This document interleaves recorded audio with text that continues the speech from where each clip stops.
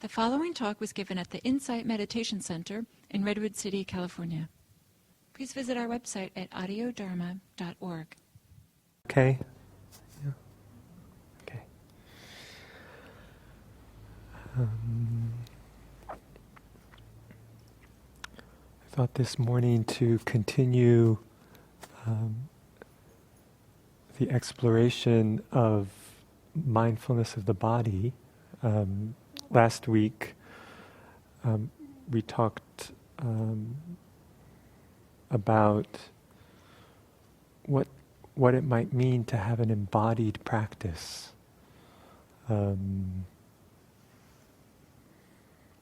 If we think about mindfulness itself as present moment awareness, it's one definition of mindfulness, present moment awareness.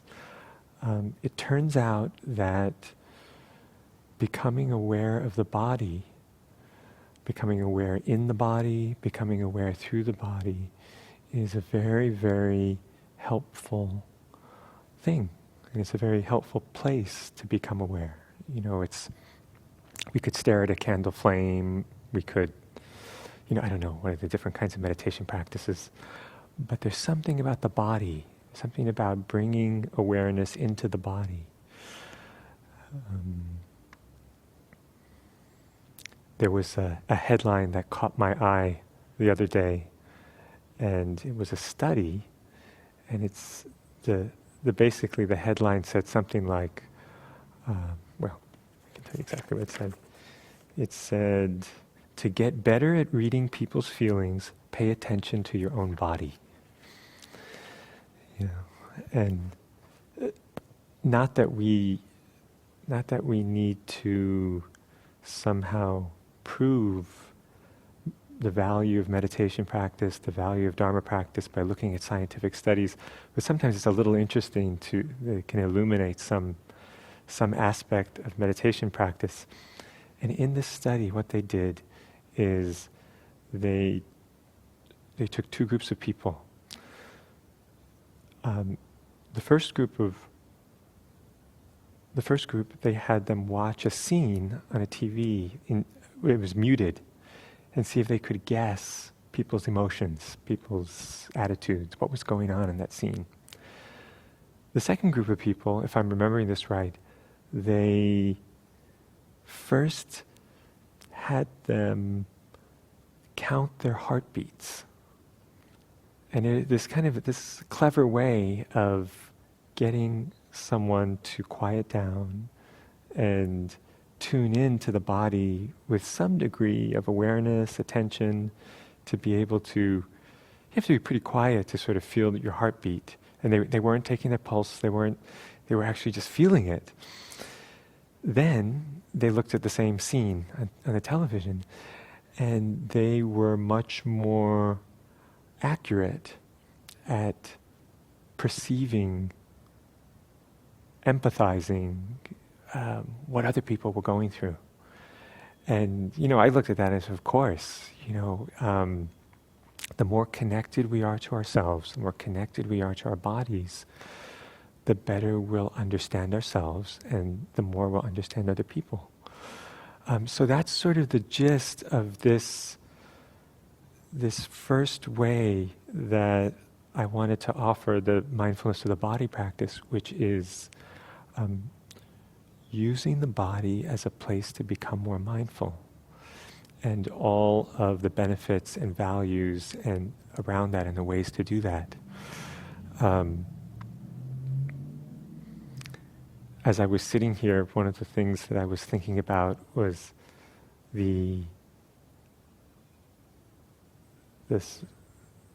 what happens when we daydream? What everybody does, and not necessarily anything wrong with it. Actually, some people say that there's this very creative aspect of daydreaming when we're not trying to solve a problem, but we just let the mind kind of think and wander and go and dream, that we make connections, new ideas come up, and so it's a very nice aspect of the mind. But there's a way that daydreaming is almost the opposite of a body-centered mindfulness practice. And the reason I say this is because at least my experience of daydreaming, when I daydream, I am in an imaginary world. I've gone off someplace, usually. Sometimes it's someplace more pleasant, sometimes someplace not so pleasant, but I've gone off somewhere and I've lost awareness of the body often. I've lost a connection to the body, which would be fine. And I think in many cases it is fine. But now here's the interesting thing. Even though we've lost connection to the body, awareness of the body's still there. And the body's still doing things.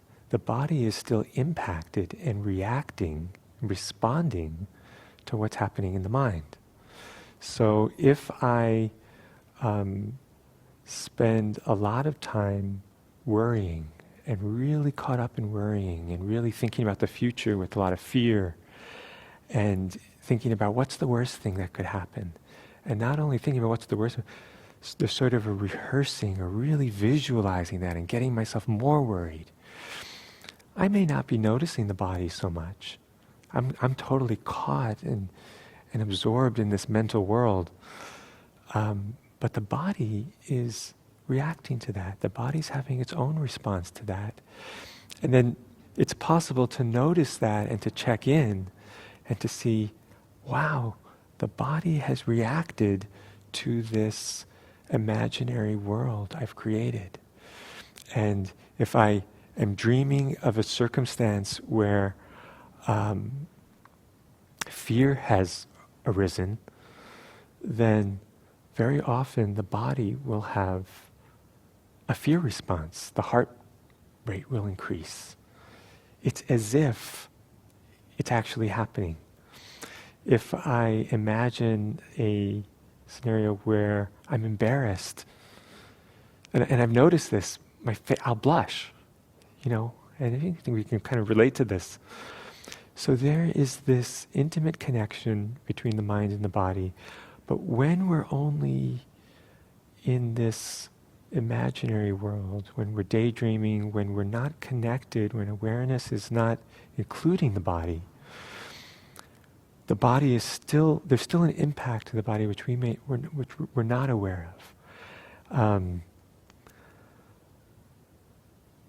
The other thing that I was reading that I thought was interesting, and just in this mind-body connection, is the phenomenon of spontaneous remission from disease, and which basically means that if a person has a disease and then the disease goes away, and this happens, it's documented in the medical literature. It's quite rare, of course, but there's a doctor, professor at Harvard who studies this. He studies spontaneous remission. And he said that this is one of the areas of medicine that it's one of the least studied, which is a little bit strange, because you would think that the people who are spontaneously cured of really serious diseases, that would be pretty interesting people to study. So he studies them. And the diseases are all different, the people are all different. But one of the things that these very unusual people have in common is that they use the occasion of their illness to do a certain kind of inner work, that it wasn't like a specific practice or a specific meditation or this or that, but some kind of questioning or some kind of inner work that ended up changing their relationship to themselves. And I thought this was very interesting, that and that there was something about deeply listening to the body, deeply accepting themselves, that somehow, that maybe this was one of the factors that they had in common, and maybe this had something to do with the body shifting. Something shifted in the body in terms of, in response to perceptions or habits that shifted in the mind. So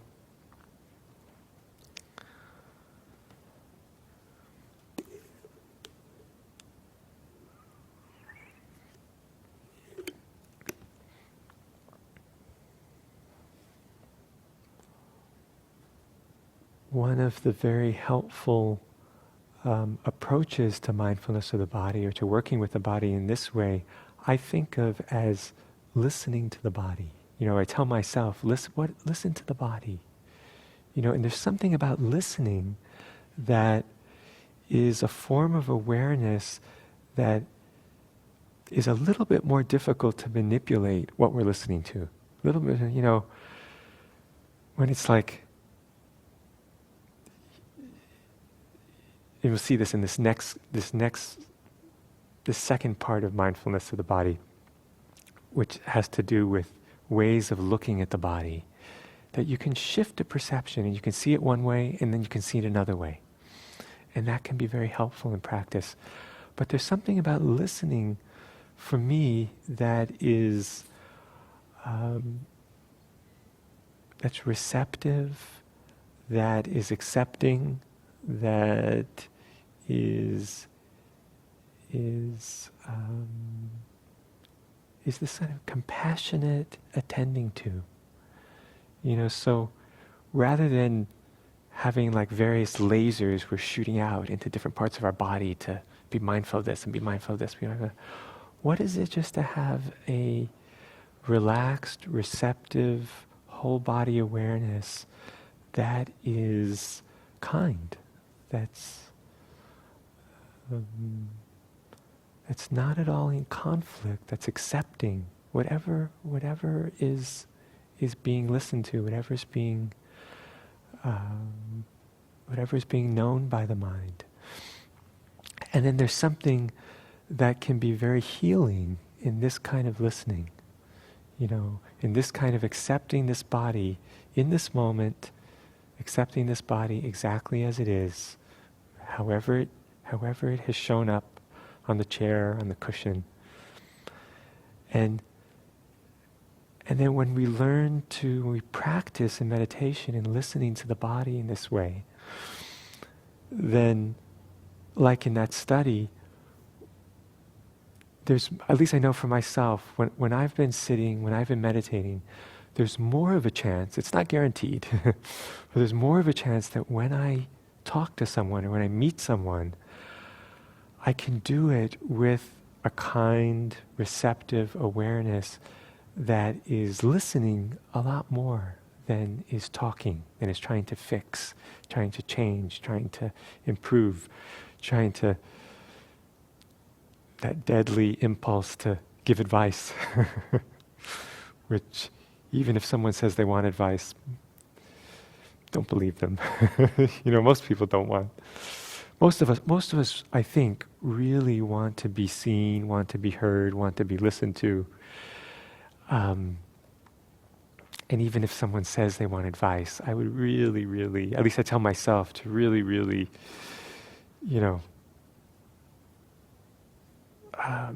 be reluctant to give advice, because it's so easy for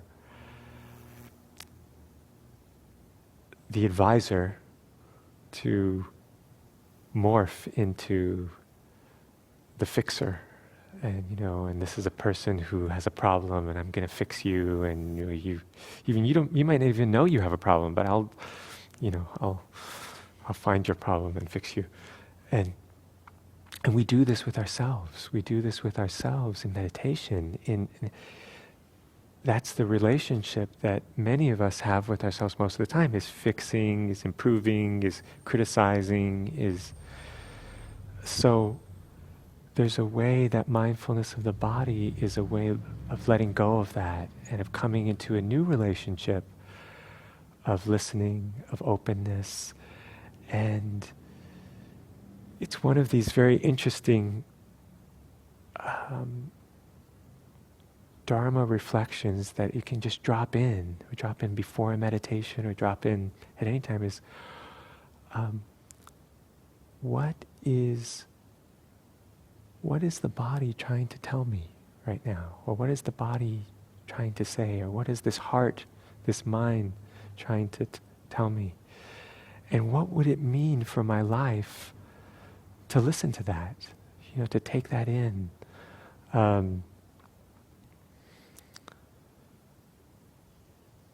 When we don't listen, when we're not sensitive in catching it on the whisper, sometimes it gets louder, and it gets louder and louder and louder, to a point where we can't ignore it, or something erupts. Maybe it's a panic attack, or a bout with anxiety or depression or other things, and it's saying, stop, listen to me, listen to this, be here.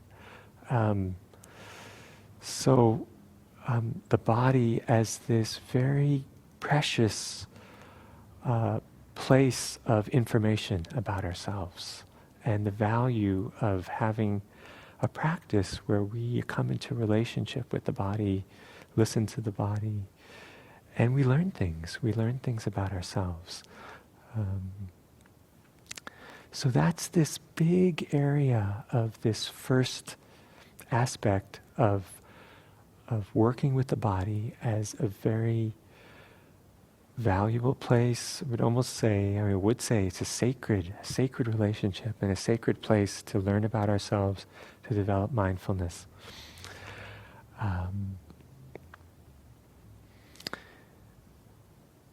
And the other thing, just to say, which I did say last week as well, is that because there is a way that experience and memories get imprinted in the body, it is, I think, just to approach any body-based practice with a lot of kindness and a lot of tenderness. And because the more we come into the body, the more we get out of just being up in this imaginary world and come in to feel what we're feeling or feel what's there, that can sometimes release memories and difficult emotions, and just to approach it with a lot of gentleness, a lot of kindness, without some, this should do it this way, this should be happening. It just, usually when we have this whole body awareness, our intuition will guide us of what's the parts of the body that need attention, what's the parts of the body that it feels a little bit scary or reluctant to go in there, and then to give a lot of space around that, not to feel that we need to have anything particular happen. So that's this aspect of listening to the body. And then in terms of the Buddha's instructions on Satipatthana, establishing mindfulness, the first of these 4 areas is mindfulness of the body. But interestingly, what's offered is not only the practices of being mindful of the whole body, being mindful of the breath, being mindful of the postures, standing, sitting, walking, lying down, which are kinds of the things we talk about. But if we think about that, one of the big themes of the Buddha's teaching is offering ways that help to free us from clinging to some sense of self. And one of the big, if not the biggest area that we identify with in our experience, that we are so close to, so intimate with in a way, is our body. And it's a very, very sort of ordinary, very normal thing to say, my body is myself. My body is me. There's some aspect of of the body, that's who I really am, or that's part of who I really am. And so the Buddha says that if we attach to something that is changing, that's impermanent, that will inevitably come apart and go away, like the body, we'll suffer, and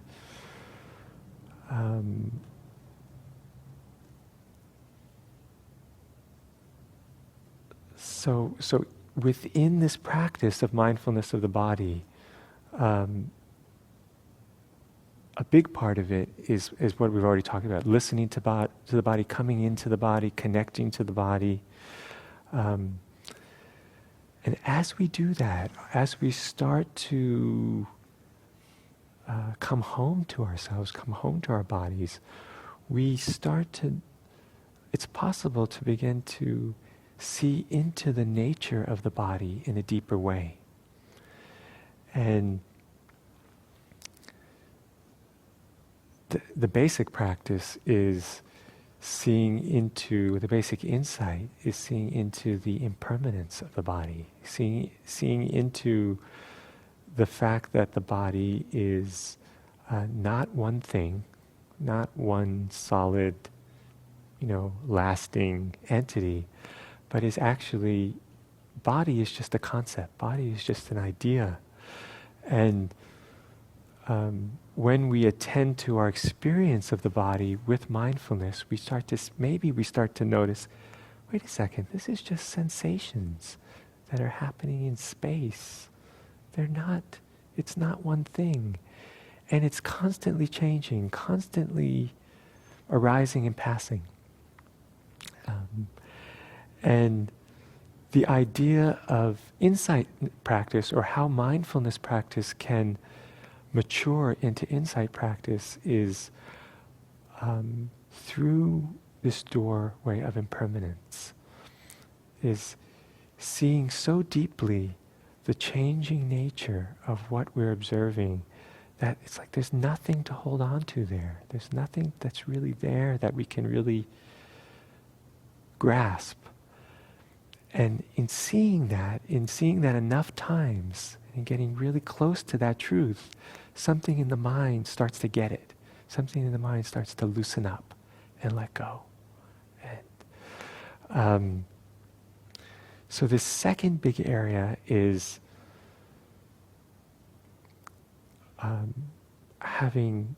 using mindfulness to have insight into the nature of the body. And in these teachings, the Buddha offered three main ways of doing this. And I'll just talk about them a little bit. Not as, as just to offer them as sort of modes of perception that we can adopt. It's like ways of looking at the body that at certain times can be helpful. And they're not meant to be, at least in my understanding, they're not meant to be absolute truths, but they're meant to be, ways of seeing experience that are helpful in letting go. It's like when I drive, there's a way of seeing, there's a way of thinking about all the other drivers, that they're out to get me, they're out to block my way, they're out to slow me down, whatever else they're doing, there's this sort of relationship. And when I look at the world that way, when I look at other drivers that way, that affects my experience, that affects how I drive, that affects how I feel my body, that affects my stress levels. Or there's another way of looking, that every driver on the road is my teacher. Every driver on the road is this enlightened being who's there to help me, guide me, help me be more aware, protect me. And then that changes my attitude, that changes my stress level, that changes how I relate to them, how I want to take care of them, because they're taking care of me so well. So it's just an example of ways of shifting perception affects our mind. So the Buddha offered these three areas of three ways of looking at the body. The first one is to see the body as a collection of anatomical parts. Anatomical organs, anatomical parts. And in the meditation, it's very interesting. It goes through, this is the kidney, this is the spleen, this is the flesh, this is the skin, this is the hair.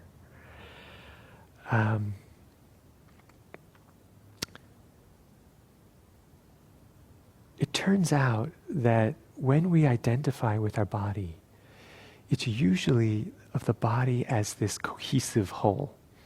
When I brush my hair in the morning after taking a shower, it's not so much of like it's about the hair or something, but it's about the hair as part of the whole thing. And I know that for myself is that I have a little bit of fondness for the hair, being clean, being neat. But when I see my hair in the drain or something, there's not that much fondness for it. And actually, it's almost the opposite of fondness. There's a little bit of like, yuck. Or cleaning out a drain. Why would that be different, looking at the hair on someone's head versus going into the shower drain and cleaning it out? And there's all this hair there. It's just hair, right? It's hair. But there's something about, I think for myself, when I think about it, reflect on it, there's something about being reminded that it's just hair, and it's just a sort of aspect of the body that is not me, not mine, that's impersonal, that's impermanent. And it's like, oh yeah, yuck, clean that up. And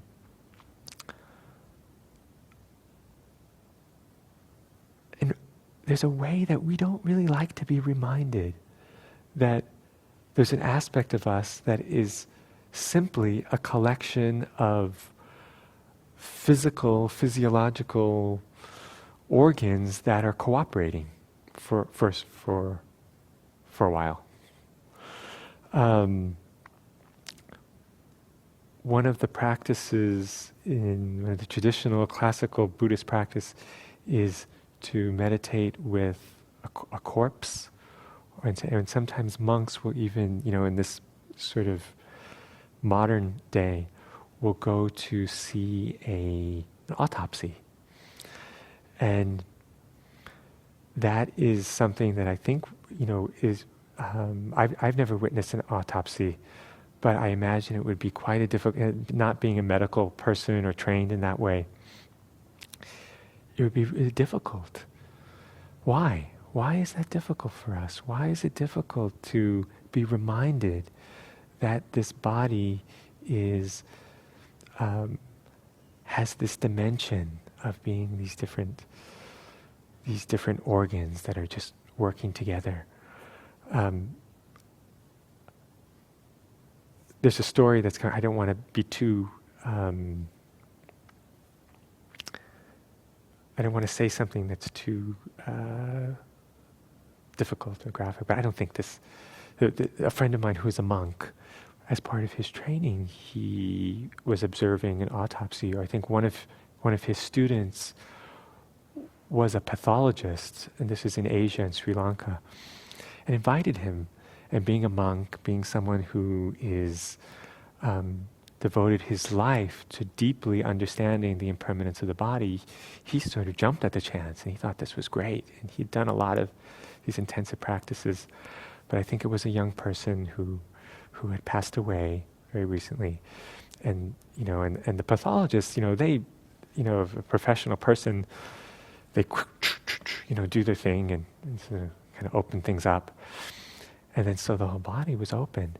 And then my friend, the monk, was looking at the stomach, and he said, just with kind of delight, he said, "Oh, look, lentils." And when he said that, the police officer who had to be there to observe, basically just lost it, and had quite a, what you could imagine, a very, he was in a lot of distress, and just this shift of perception can be very unsettling when we're not used to thinking of the body like this. So the Buddha offered this practice, and it's not a practice that we tend to emphasize or teach here. And I think one of the reasons is that it's a practice that is maybe more helpful when we have a lot of practice connecting to the body in this first way. When we're really being with the body with a lot of kindness, a lot of acceptance, a lot of connection, then these sort of insight or these wisdom practices have more of a base, have more of a foundation. So I think for Westerners, we're sensitive around this. The Buddha offered this anatomical practice in particular as an antidote for lust. When we're caught in lust, or caught in seeing the body as this very, very attractive object to take, to own. And the interesting thing is, it could be lust for another person, but the Buddha connected lust for others as it's connected to lust for ourselves in a certain way. It's connected to desire for ourselves. It's connected to this this sort of wish for permanence, wish for continuity in some way. And it's just an interesting thing to reflect on. So if we're caught in that kind of lust, then being reminded that myself, me, or another person is also this collection of anatomical parts can be a sort of, a shift of perspective again. It's most of us don't have a lot of passion or arousal for a skeleton, or for a body that doesn't have skin on it, or doesn't have there's something that it needs that perception of sort of seamlessness in order to support something like lust. And so the Buddha offers this as an antidote. Now, is this a useful perception to adopt on my honeymoon? Probably not.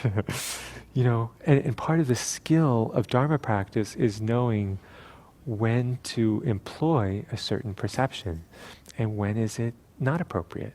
And so it's not like it's an absolute truth. It's one perception. Just to briefly talk about the other two, the second perception is to see the body as elements, as these four elements. So the Buddha talked about earth, fire, water, and wind as being these elements of our experience that we can perceive. Again, not as necessarily an absolute truth, but like in the body, in any moment, I can perceive some sense of hardness, some sense of solidity. Maybe that's the sense of the sit bones touching the cushion, or that kind of firmness. We can see that as the earth element. In the same way, any sense of heat would be the fire element. A sense of fluidity, of wetness, maybe the wetness in the mouth, or the sense of fluids in the body. That would be the water element, and so on. So why? What's the point of this? Very basically, it's in recollecting and remembering that this body, there's a dimension of this body that is simply the elements, which are universal, which are part of nature, which are out there, in here and out there, maybe it's not so different. Maybe there's a way of, instead of seeing this as my anger, that is either something to be proud of, or to be acted out, or to be ashamed of, or to be gotten rid of, maybe there's a way of just seeing my anger as, oh, there's a lot of heat there. That's the fire element. Right. Fire is part of nature. Fire is everywhere. Okay, maybe it's not so personal. Maybe it's not so much me and mine, but there's a way of shifting into an impersonal, to see the impersonality, to see the universality, which is, for the Buddha, very supportive of this insight into not self. The more I can perceive the experience of this body as simply the elements passing through, simply wind elements, simply movement, the breath as the wind. There's wind outside, there's wind inside. Great. We can see that, and there can be this shift of like, okay, this is, I don't have to take this all so personally. So that's the four elements. And then the third one is this, I kind of alluded to it a little bit, but is seeing this body, seeing the dimension of this body that is mortal, that is subject to sickness, subject to decay, that this deep value in remembering the fleetingness of life, and that just like everything else in nature, this body too will one day die. This body too will one day return to nature. The elements will return to nature. The anatomical parts will return to nature. And not as a depressing perception, but as a perception that has the capacity to free us, that has the capacity to help us come into relationship with our life in a different way. To see, it's almost like some people say human beings are the only animal. I don't know if this is true, but there's this idea that human beings are the only animal who know we will die. And this has the capacity to free us if we relate to it one way, and it has the capacity to terrorize us, And if it's always kept in the background, it's always unconscious, but it's always there. But it's this sort of elephant in the room that we don't have the tools to deal with. We have the tools to be with. It sort of runs our life, and it sort of limits our life. But when we are able to hold this truth and be with this truth of impermanence and be with this truth of the nature of the body, it's possible that something else can open, or we can come into a relationship with death that is that's not characterized by fear. Some people say, or some studies have said that people who meditate tend to have less of a fear of death. And even just doing a simple mindfulness practice, there's a way that the whole being starts to relax and starts to open to truth in all its different forms. And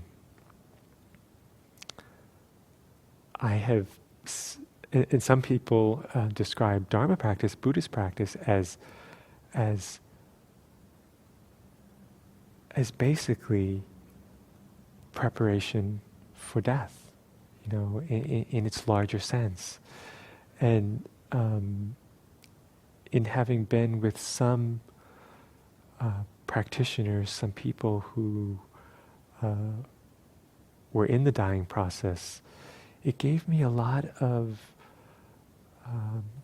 confidence and faith and inspiration to see that it's possible to have a very beautiful death. It's possible to have a peaceful death. It's possible to be so in line or so at peace with the nature of things that that there's not resistance. So this recollection of death, of mortality, is sometimes called in Dharma practice the elephant's footprint. The elephant's footprint is big enough to include all the different animals, all the different footprints, all the different animals. So it's this the widest practice, the most fundamental practice in a way of. And then there are different ways that this is offered by the Buddha. One of the ways is just these recollections. This body is of the nature of dying and has not gone beyond death. And another way that I've heard taught is working with impermanence of the body using the breath. And with each in-breath, it's like breathing in life to the body. And with each exhalation, it's this letting go, this release. And it's just this keeping in mind that without this breath, I couldn't be alive. This breath supports life. And one day, this breath will stop. And when that's just, when I drop that into this mind, it has the effect of making me more interested in the breath. It's like, oh, yeah, right. This is my link to existence. Interesting. Okay. And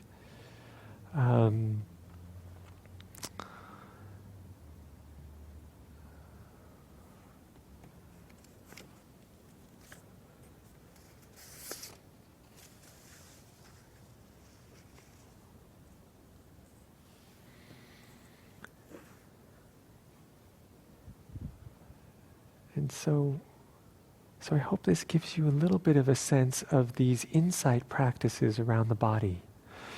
And as I said before, part of the skill of meditation and the skill of practice is listening to what is the kind of practice, the form of practice that this being needs right now. That it's not like, oh, I should do X, Y, Z. I should recollect the impermanence of the body all the time. No, that's probably not that helpful for most of us. There'll be times when it may feel very helpful, or it may just, having heard this, it may just arise organically. Sitting with the breath, listening to the body in a very kind way. And then something shifts or something opens, and it's like, oh, yes, the sort of poignancy of impermanence, the tenderness of impermanence. One of the wonderful practices that many meditators and Dharma practitioners, or some, have found their way to, is hospice work. And is working with people who are in that transition. And one of the lessons that in the little experience I've had, but what I've read and what I've heard from friends who do this quite a lot, is that it's a great reminder of the futility of fixing, the futility of giving advice, the futility of, when I remember someone once said, when a friend of mine who was one of the founders of the Zen Hospice project in San Francisco in the 1980s, and he said, for a hospice volunteer, having a lighter is a very useful thing to have. And I thought, why would having a lighter be useful? And then as he unpacked it and said it, it's like, well, of course, people who are in hospice, may or may not be smokers. But if someone is a smoker, that's not the time to be, hey, that's not so good for you, or blah, blah, blah. It's about being with the person, meeting the person where they are, offering ourselves, them listening in a deep way, holding that space, which is really what the body wants, which is really what we all want, is to be seen, to be listened to be heard. And so I just always had that image of this hospice volunteer being ready to meet whatever arises, and without judgment, without fear, without needing to fix. And that's the mind, that's the heart that we can bring into meditation, and then we can offer to ourselves. And by learning to do that to ourselves, to meet ourselves and see ourselves as being fundamentally fine, fundamentally whole, fundamentally worthy of being witnessed, that in itself is healing. That in itself changes our relationship, and then changes our relationship to our body, changes our relationship to our psychological being, and then has the potential of changing of how we relate to others. It could be a great gift that we offer to others. So maybe that's a good place to end, of this, the potential of mindfulness of the body, and just the appreciation, the awe, the miracle of having a body is such a wonderful place to land in our practice. So I thank you very much for being here and for bringing your body here, and nice to sit with other bodies. We have a few minutes. Would anyone likes to say something, some thoughts, reflections? Yeah.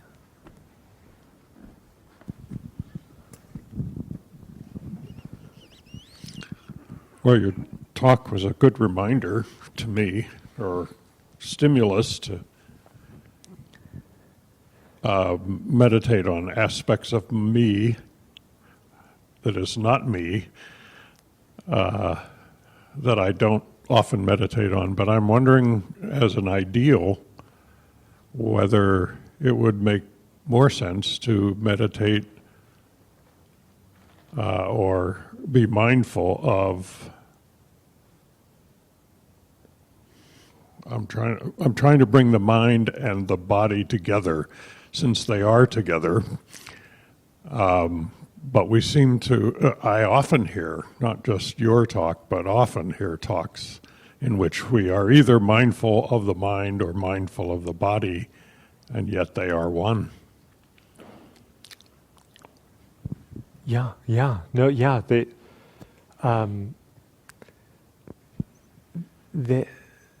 They're one, and bringing the mind into the body through just kind of mindfulness of the body practice is one way of remembering that they're one. I think often in our experience, we forget that they're one. So we're either in one place or we're in the other, and it's usually in the world of ideas and images and that kind of stuff. But yeah, no, it's a. Is that? I just wanted to say that Insight Santa Cruz, Bob Stahl, leads the body meditation, where you go through all the parts of the body, including every endocrine system, and it's over several weeks, if not months, on Friday mornings when he's done it. So you could look that up if anybody's interested in that. I haven't done it myself, but friends have, and more than once, and have found it really powerful. Thank you. That's. I think that he may even have some things online. You could kind of. Someone had said that as well. That. Yeah, there is it's like the way I was instructed, or one way of doing it is through body scans. And there's a way of, you can go very slowly or very quickly in kind of just, the way I was taught, it was a sort of an abbreviated way of, with the anatomical parts, it was skin, flesh, and bones. So you sort of scan through the body and just perceiving the skin of the body, from the head to the toes. Then you go back up, perceiving the flesh of the body. And then you go back down, perceiving the bones. Whatever that means to you in the, and it just is this like shift of perspective. And I think Bob offers it in this very classical way where you really slowly develop the perception of all of these aspects of the anatomy, and it's actually can be a concentration practice as well. So it's just one doorway into mindfulness of the body. But if it appeals to you, then by all means, look it up and thank you. One other thing in terms of body practice is movement, and I don't know if that's in the Buddhist tradition, because I know walking, so concentrating on the experience of walking, but allowing free movement, and how the body is like with no music or anything, but just how the body is finding the place in which movement wants to happen from a place that isn't from the mind. And so discovering from within and it creates that, in my experience, sometimes that experience of being fully in the body, but completely spirit at the same time. Like, it's this oneness in a way, so that the truth can come through the body. Yeah, beautiful. I don't know, is there anything like that in Buddhism? This is called authentic movement, the practice I do, if you're familiar with that. Yeah, it sounds a little bit, there's probably some differences with sensory awareness, which was another modality that was often offered as a complement to Zen or Vipassana practice. It's a good question. It's interesting that both Buddhism and the kind of yoga, the kind of yoga we think about as like body yoga, hatha yoga, comes from India and comes from that culture. I think yoga is, I think the teachings of the Buddha predate the kind of the yoga sutras and that. So there's, as you say, there's walking, there's definitely emphasis of being mindful in movement. and the value of that. And it's said, I couldn't quote the place, but I believe in the early teachings that it said that more people become enlightened during walking meditation, during any other form, any other posture. And that's the one that we're moving in. So, and in a way, I understand that, or can relate to that, is that when we're moving, it's very natural to move. And when we're moving, there's a chance to be less self-conscious and sort of let go of something. So someone could develop certain qualities in a very deep way in sitting, but then there's some thread, or more than a thread, of selfing or self-consciousness or something. And then so it's like, ding, the bell rings and you get up and walk out and, boom. And so movement is, being mindful during movement is definitely very valued. And I think there are many complementary practices that I know Ajahn Sucitto, who's one of the elders in our Theravada tradition, he has quite a deep Qigong practice. And I talked to him a little bit about that at a conference a few weeks ago, and he was saying how helpful it is to do before sitting, and just sort of moving the energy and clearing the energy. And he's written on that. He has a wonderful blog, and I think one of his blog posts is about this. I think it's called something to do with standing. That's the title. But just bring, that the value of movement, and it opens up something in the body and connect to the body in a different way. So, thank you. Okay, well, thank you very much.